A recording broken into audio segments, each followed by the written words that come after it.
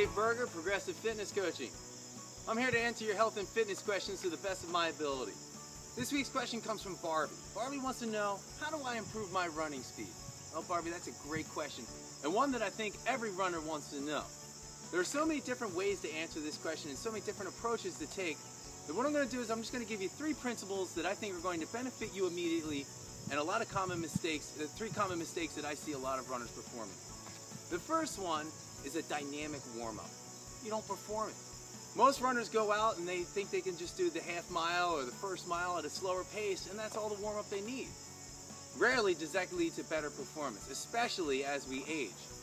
You need to perform a dynamic warm-up, and what I mean by that is getting that body to work in a full range of motion, especially that low body, all the muscles that are going to be engaged in your run. So a squat and a reach, goose steps, long legs, jumping jacks, any range of motion, any full range of motion that you can get your body through comfortably. You don't want to cause any pain, but you want to work through your greatest range of motion in a lot of different exercises so that you work up a light sweat before you even think about taking your first step on a run. That is number one thing that you can do to greatly improve your performance and speed right now. The second thing is your posture. A lot of times I see runners going out with a forward lean, or they're dumping their hips, or they're hyperextended and leaning back. All three of those different things are going to lead to more back pain and decreased performance. After you get done your dynamic warm-up, what I want you to do is switch to your running posture. Now, we all think we walk around with fairly decent postures, or maybe we don't.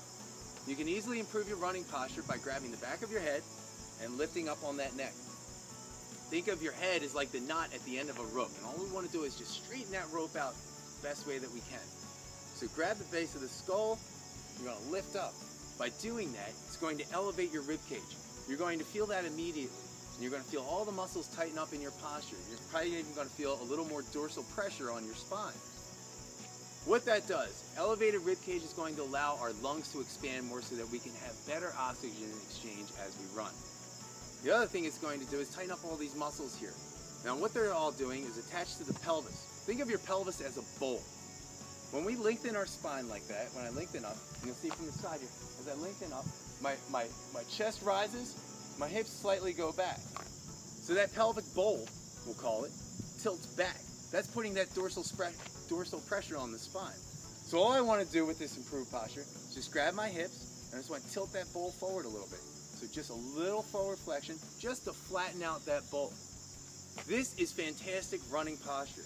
Now your goal is to maintain that posture through your entire run. So if at any time as you're out there practicing, and you feel yourself maybe leaning forward more from the upper body, rounding that back, or leaning back, or dumping the hips, just stop.